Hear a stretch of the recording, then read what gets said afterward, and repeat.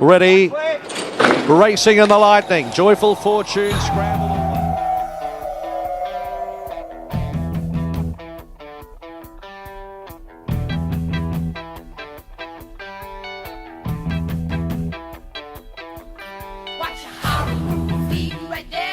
And Philosopher, Joyful Fortune behind them, followed by Stretton Angel, Benedetta, Traffic Warden, and Skybird is at the end of the field.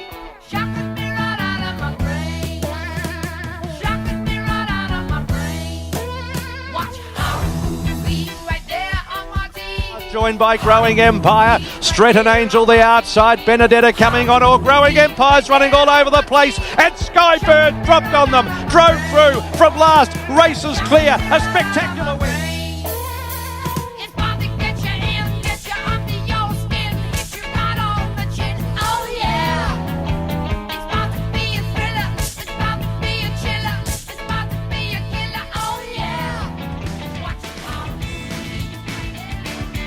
And now on PG Podcast Network, it's time for the Year-Round Carnival with Vince Accardi and your host, Racetrack Ralphy.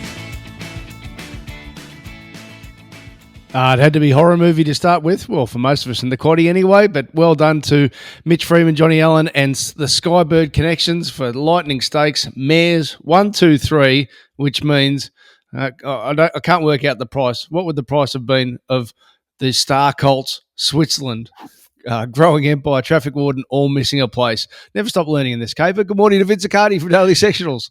Good morning, Ralphy. Yes, good morning. Well, I mean, the thing was on Saturday morning when we did our little pod and we put out our various bits of information, the mindset was be wary. We could have different circumstance and then the heavens open. So what we were thinking race morning was different to what was presented on race day.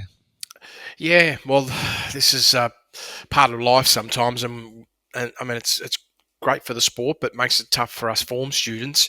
And it's just a matter of how do you deal with it? Do you keep playing when you know things are going to be completely different, or you're just going to say, "I'll sit on the sidelines"? I mean, really, that's what's before us. We're not bookmakers, therefore we don't have to bet in every race. So it's just a matter of how you feel. And if you feel confident that you can still make money, I guess, is the bottom line, then play. But for me, Ralphie, on a personal note, I was very, very cold. I know on Saturday I started giving some of those signals. Once that rain was coming in, I said I couldn't move fast enough out. But obviously, I was keen to see how horses perform, more to the point. But what about the day? Race 1, minus 16.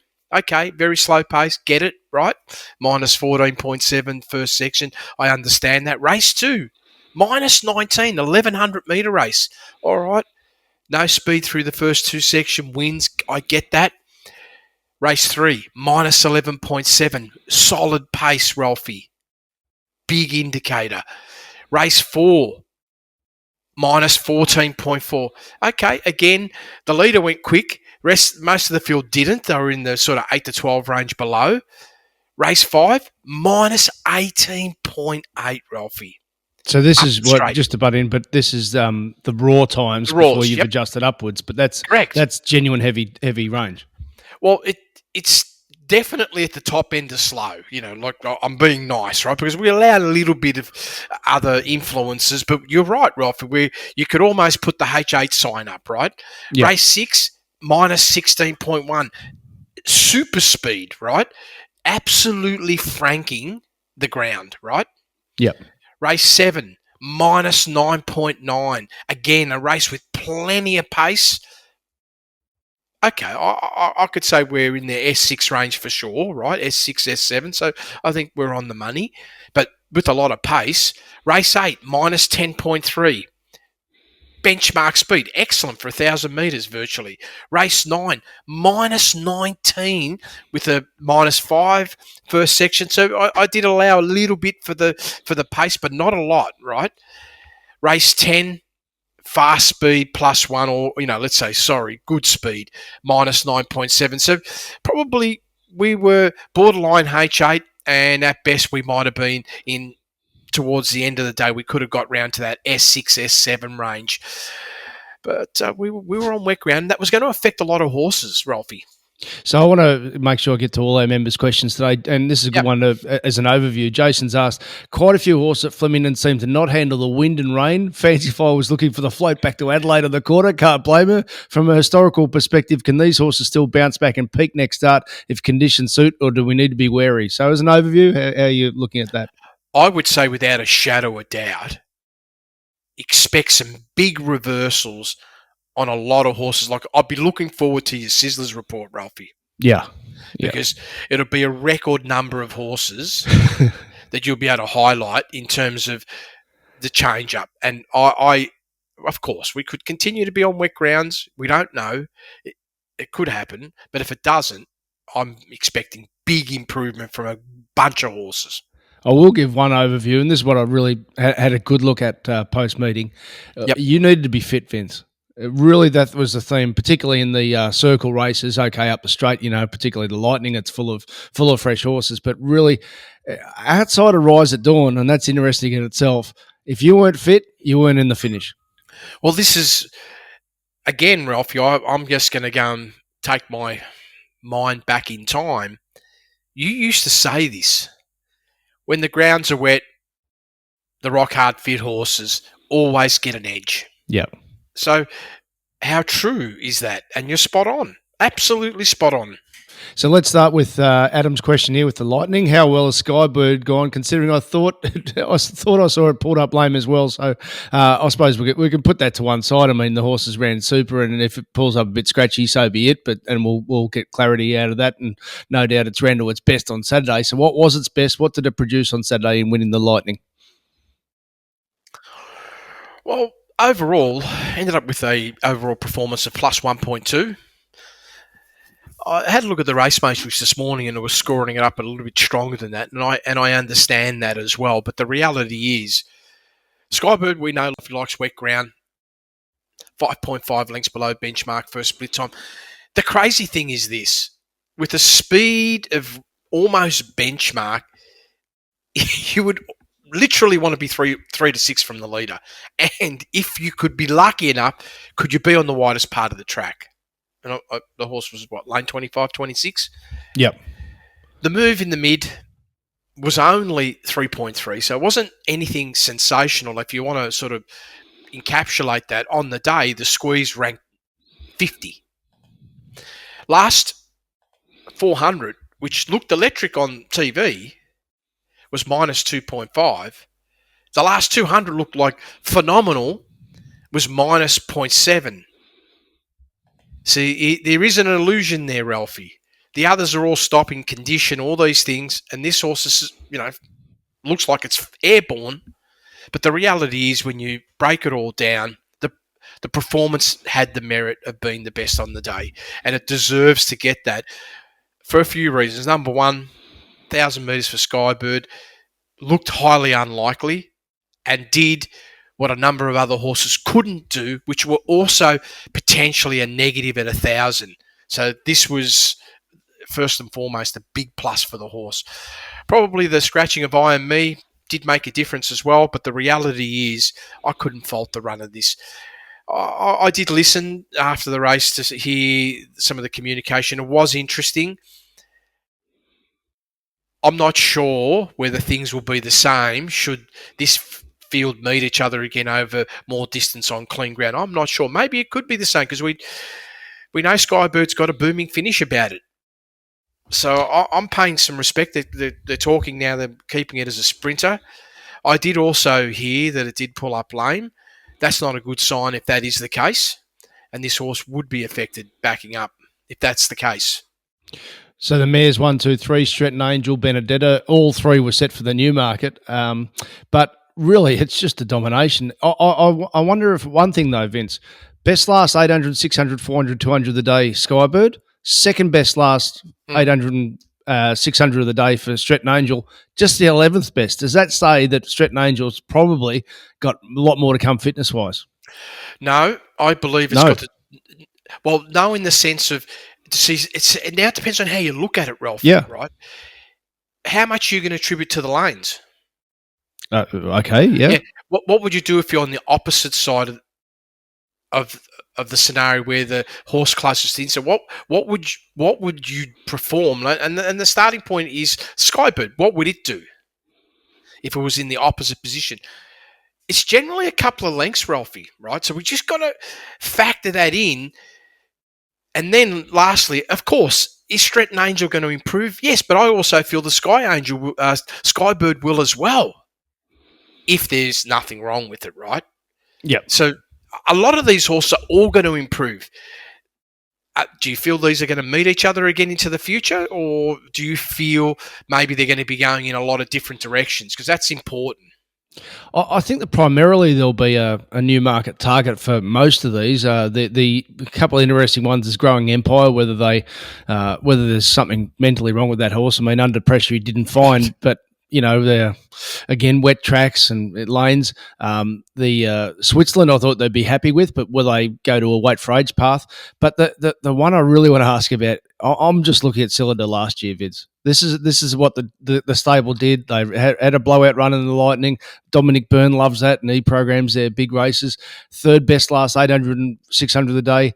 21st best last 200. This horse has been set for one race, and it's the Newmarket next start. Yeah, for sure. No question. That makes a lot of sense as well, Ralphie.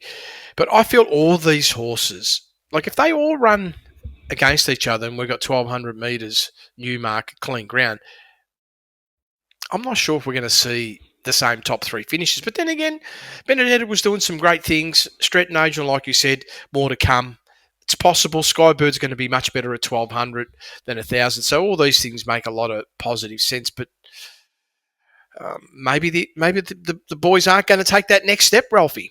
Yeah, well, that's possible too, and it could be a wet track again. So that's the risk with futures betting, of course. The one big screaming lead, though, Vince, that it was ready to run very well, and we're going to see it this Sunday, is I Am Me being scratched once the track downgrade. They didn't want to waste a run with I Am Me. Yeah.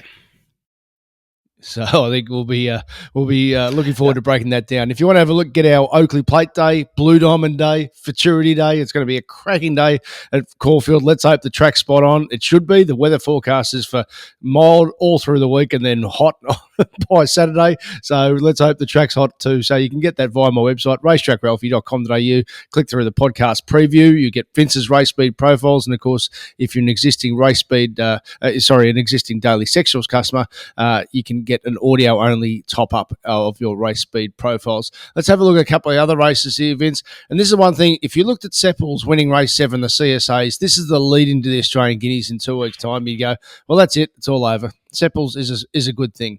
Now, I'm not saying he can't win, but I am saying he's turned up rock hard fit.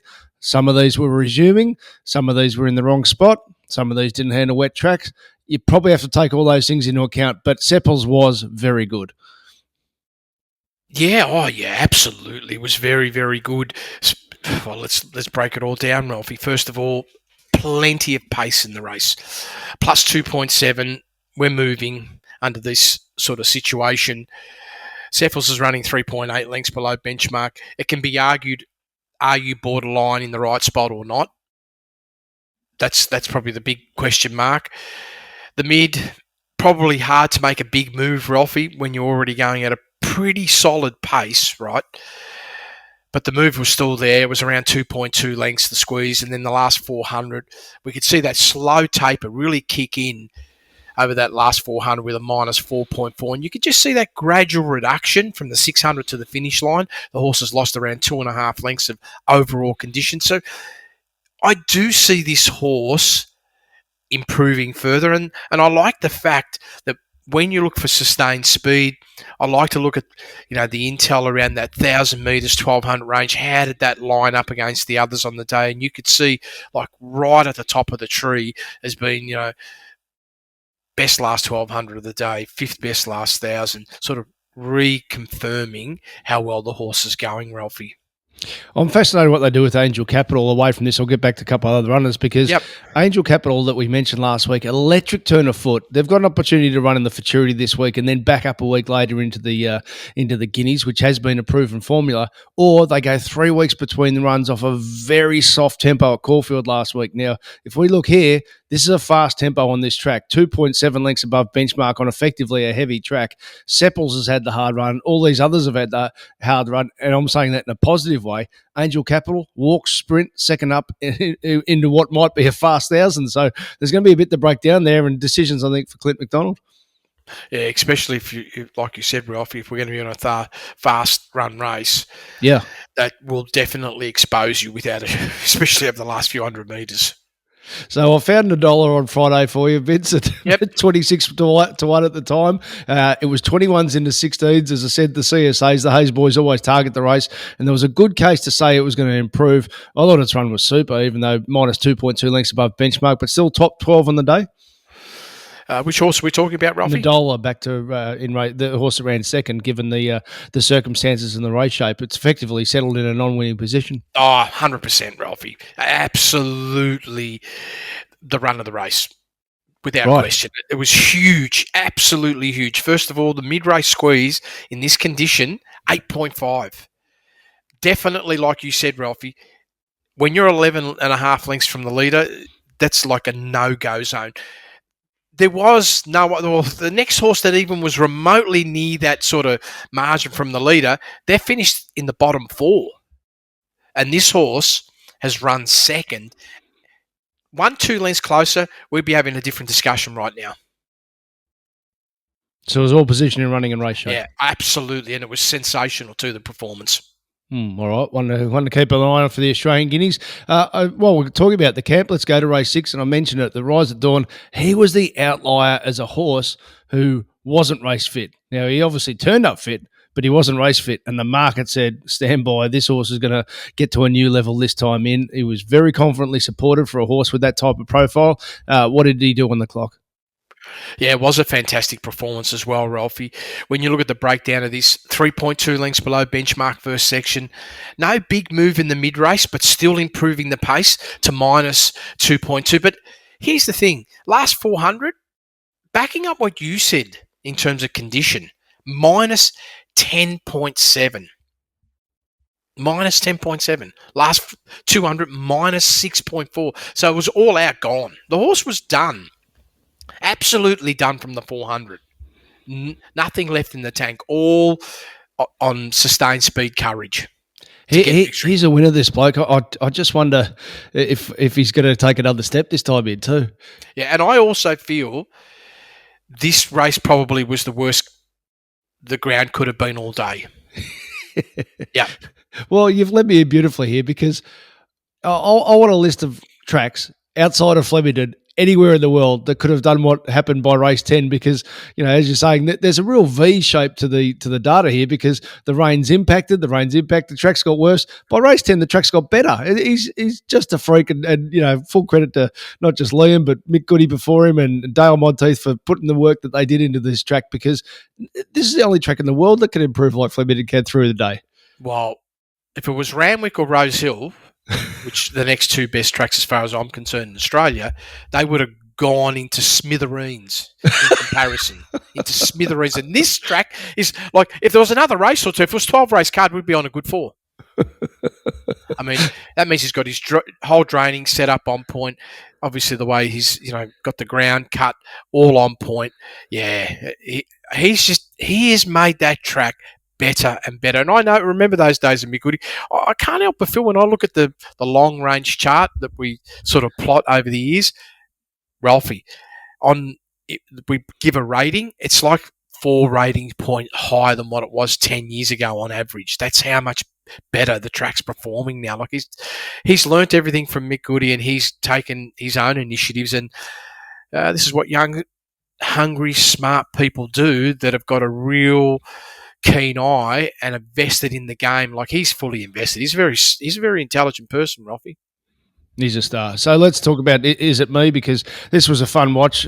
This was a race that was really easy to identify. There was two chances: Is It Me and Sunshine in My Pocket on Saturday morning. By Saturday afternoon, the market said, and from this table, you want to really be taking notice of it, that Sunshine in My Pocket. There was no confidence about it, and that meant there was full confidence in Is It Me, and he's really delivered again, hasn't he? Yeah, so probably for myself, like, because I didn't bet at all at Flemington, this was at least one of the horses that I would have liked to have considered, but the performance backed up what it did from the start before. There it is, second best of the day, 0.8 above. Now, of course, when I see these things, I also sometimes feel a little bit sad because that gives me an overarching perspective to some extent on the day.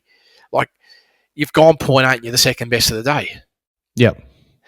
And that sort of makes me feel, okay, well, obviously a lot of the other runners weren't ready, but this particular horse was sensational. 6.1 lengths below benchmark first section.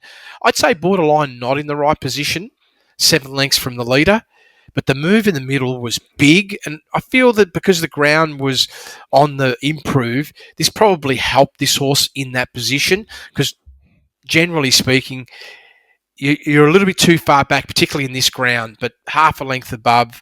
Last 400, really, minus 4.2 was the last 200 that the horse was all out. But again, that sustained speed came to the party, and repeating what it did to start before, which was, 0.5 above at Flemington.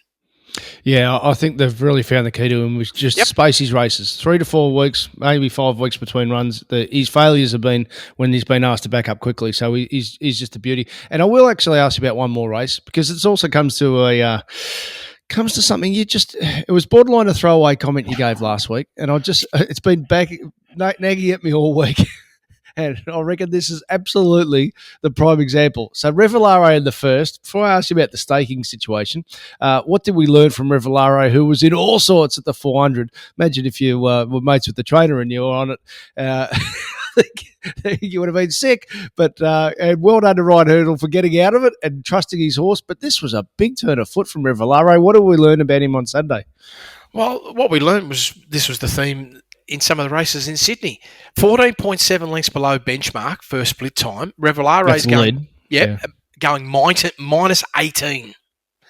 Now, of course, we've got a signal of the ground, but at that point, Ralphie, that's genuinely probably 5-6 lengths slower than the ground. Yep. So we got some slowing, but the move in the middle was undeniable.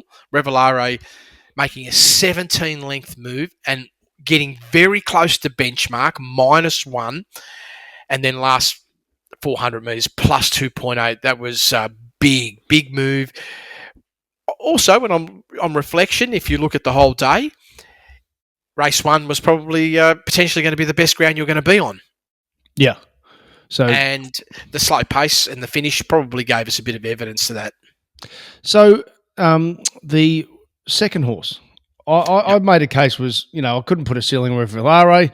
Thought if it was a pure matchup that he'd be the one I'd want to be on. But position in running and Ethan Brown versus Ryan Hurdle, inside draw for Revelare, I thought he's going to be in trouble. And then at the 400, I'm feeling like I'm a genius. And then at the finish, Revelare's picked off Kings Valley. But here's the point I want to ask you about with staking, and this is just the logic of what you were saying. If you were on this horse each way, hand up, you got your money back. But you've worked out the race beautifully. You should have made a profit. Well, the way to make a profit is not to level, stake, win, and place. The way to make a profit is to go 1 by 3, 1 by 4, and then even though Revelare's picked you off, you've walked out of this race with a profit. Yeah, and a smile on your face. Yeah, because we're humans. You do feel good about yourself. You feel good about yourself saying, "Okay, we didn't get the winner." So you put the ego aside, but then you look at your account and say, "Man, there's a bit more in there." and this has got to be the big driver. You got to love the money, Ralphie, because if you don't have any love for the money, he ain't coming. That's a very fair point. Let's have a look at Randwick. How did the track play? I'm tipping a little bit faster than Flemington. Yeah. Absolutely it was. I mean, just quickly, race 1, plus 3.7 on the Raws, right? Yep. Race 2, we got, I thought we were at Flemington, minus 8.1 lead speed, minus 11. Race 3, plus 2.3 for 2-year-olds. This is raw numbers. Race 4, plus 1.7 with a good race pace. Race 5, unbelievable. We were definitely in Melbourne, minus 11.8 lead speed, overall minus 4.4. Race 6, plus 4.8, Ralphy. Raw figures off an excellent pace, like above benchmark. Race 7, plus 3.3. That's the Lady Shenandoah race. Just marginally below benchmark first split time. Even race 8. Now, this one was crazy, Ralphie. It was 0.2 above benchmark. Lead speed minus 9. Unbelievable, right? What the heck's going on? Race 9, plus 2.3. And you can get the theme. Race 10, plus 0.7. So we were 100% on rock solid G3. And this is also well done to Randwick in terms of they copped some rain. They missed that giant dump of water. Yep. And that had me like on the fence. And when I woke up in the morning saying they were saying they missed it, I was very excited personally. I said, well, we're going to be on good ground because if no rain comes during the day, this is a great place to bet, is Randwick. And they served it up magnificently. G3, the hoses all stayed away, Ralph. They didn't get the same drop, and we got great ground. How's this for a stat, Vince? Just 5 consecutive Melbourne Saturday races and the Friday night, which was a feature. Yep. There was 459 horses run. I looked this up. 3 of them listed as lame collectively over 5 meetings. Last 2 weeks, 200 run. 6 have been listed as lame. So the fallacy of a firm check, it's just, oh no, I don't want to get back into it. It'll get me too angry. Race 8, the Apollo Stakes. You mentioned this about Lindemann. Now, how could Lindemann beat home Via Sistina? Well, I'll tell you how. When Nash Rawiller is a genius out in front, but Fangirl, she's returned and she's just a dead set ripper. The market said, be careful thinking that Via Sistina is the best horse in the race, because it is, but Fangirl is coming to play. How well did she come to play, Vince? Yeah. Well, this was really interesting. First of all, watching the battle of tactics. That was like really fascinating for me because they were out there with tactics. And I don't know how to put this, but it just looked like to me on the visuals that Fangirl was going to get the opportunity to get victory because Via Sistina, where they obviously weren't looking to, overtest the horse early, weren't going to really be participating too much until late. And this is what happened. Fangirl, 14.1 lengths below benchmark first split time. Via Sistina, 14.8. So not a lot between them, Ralphie, through that section. Between the 8 and the 4, the moves were big. Fangirl's move was like Fangirl of the past. 19 lengths. Was massive. Via Sistina, 20. Last 400, Fangirl, and this was really the interesting part, 9.3 above. Via Sistina, only 8.8. But then when you go to the micro splits and look at the last 200 metres, 5.1 above Fangirl, 5.8 Via Sistina, had a little dip between the 4 and the 2. And this is what I felt where Fangirl really won the race, Ralphie. It actually surged between the 4 and the 2 and increased the momentum. In fact, it was increasing all the way to the finish line. And what you said right at the start, Fangirl's back, you're spot on, Ralphie. Absolutely back. You dropping off Via Sistina off this run, Vince? No. It was like one for the stable. So this actually, I want to tie this in with a question from Darren because it's another defeat earlier, which was I'd love to hear your take on Kieran McAvoy's ride on Jolly Star. While his riding at staying distance is okay, I've observed his rides in sprint races for some time. They're off the mark. To ride the best horse in the race in a small field, tactics come into play. As a senior jockey, you're appointed to ride these big races possessing an edge and tactical smarts. How he elected to sit 3 wide the trip from the 700 was mind-blowing, especially off a slow pace at 12 lengths below benchmark, of course. When he then had to ask for electric 200 metres 1,200 metre sprint, which was 9 lengths above benchmark last section. Others had more. The rider needs to be more on point on these big races. Just 6% last 50 rides, 11% from 138 sprint races this current season. So the last line there is facts, but then the question is more about the overall on the day and in this particular race. So I've got a take, but firstly, Vince, yours in race 5, the Expressway, won by Magic Time, and Jolly Star was the third horse, only beaten a half length. Yeah, well, sort of just gleaning on what Darren communicated, Ralphy, to you. Obviously, I watched this race with great interest, and what was very noticeable from the beginning, not that I could really understand how slow they were going, right? I was a bit mortified when I seen that the leader's going 11.8 below and Jolly Star's going 14.2 below. That probably puts the tick in the box about if you're 3 wide, no cover. Well, you're going that slow. It's okay, right? It's not going to impact you at all. Yeah, you're going to travel a little bit more ground, but not at this pace. It's nothing. Probably if it was J-Mac, you'd be forward, outside the lead. Here we are. It was very clear that J-Mac was only interested in his continued obsession with Magic Time. Like it almost felt K-Mac, like, you mean?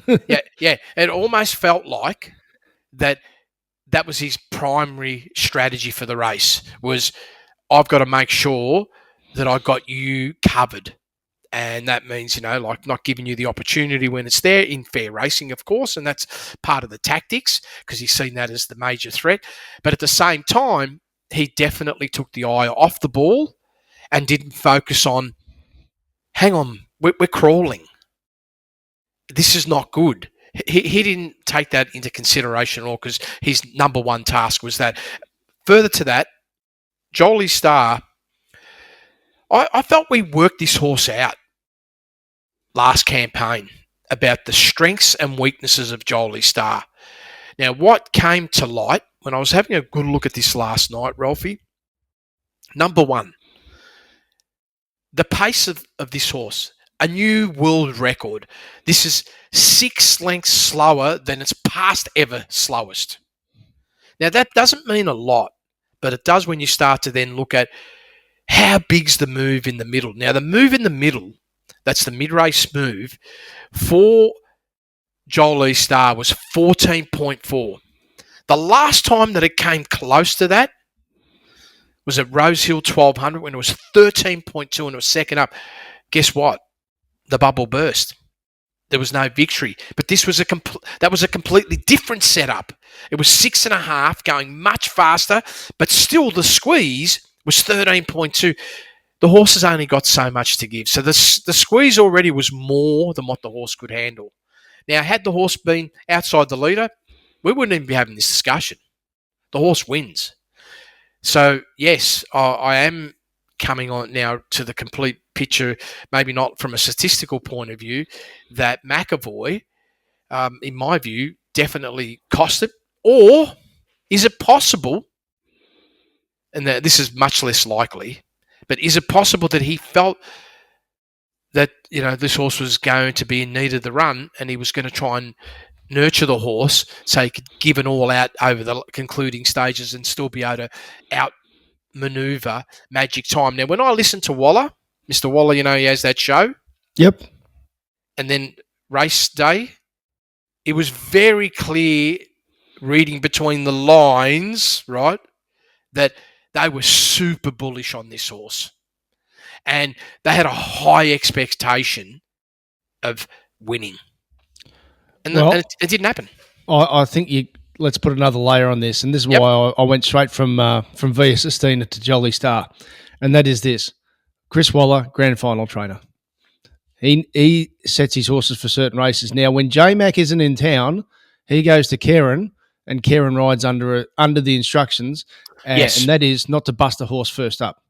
So what happens via Sistina? Flop out the back. With Jolly Star, he was looking for cover, just couldn't get it. They were walking, and the horse burst out. And actually, all on his Jordan Childs, I had a good look at the steward's vision of this when Darren asked that question. I thought most riders would have gone to the fence and under Jordan's circumstance because Airman was slow away. Instead, he thought, I'm going to keep you 3 wide. So all on is there. But what is 100%? J-Mac goes to the front, but Karen says, Karen's under instructions, don't bust this horse early. So both with Via Sistina and Jolly Star, what it's got in common is Kieran knows, do not bust this horse first up. If things aren't going your way, just take your medicine, cruise out the back, cruise 3 wide, second line. Don't go forward and bust this horse because we've got races to come. And that's why, and this will be interesting for this week, for instance, Woden, the Golden Slipper favourite, who's already qualified for the Golden Slipper, will start very short in the Silver Slipper. Kieran's booked. J-Mac's going to be in Saudi Arabia. Well, the instruction will be, don't bust this horse before its grand final. Thoughts? Very interesting. They're all good thoughts, Ralphie, and they make a lot of sense. But could you be busting the horse if it's going -14 or -10? Not at all. No, not on data, but on position and running. He's probably thinking, well, this is my instructions. Don't go forward. So, yeah. Well, then, shame on the stable. They got it wrong. Let's flip it the other way. If he was riding for Billy Bunter from Scone, and he goes, well, don't care if I don't get another ride for this guy. I'll just roll forward and win the race. So I think when you're not warming the seats, probably the wrong term. But if you're the second choice and there's grand finals ahead, I don't think you're going to do anything which will stop you from getting future rides. So, yeah, that's by the way, I know nothing, but other than observing, and this is no inside information. I'm just observing. It's just an opinion, and it makes a lot of sense, Ralphie, what you're saying. Well, we often talk on the Friday about traders' intent, and sometimes it works well for us, and it's always a good discussion point. And speaking of which, we'll be having that discussion this Friday for Caulfield, and there's a few other little bits of gold here from this meeting that I really want to ask you about as well, Vince. So we're going to do that as the members' bonus. Some real good races at Randwick we haven't yet touched, but that's our half hour done. Appreciate you being a listener of Year-Round Carnival, all Vince Accardi's work, including his race speed profiles via dailysectionals.com.au and my work via racetrackralphy.com.au.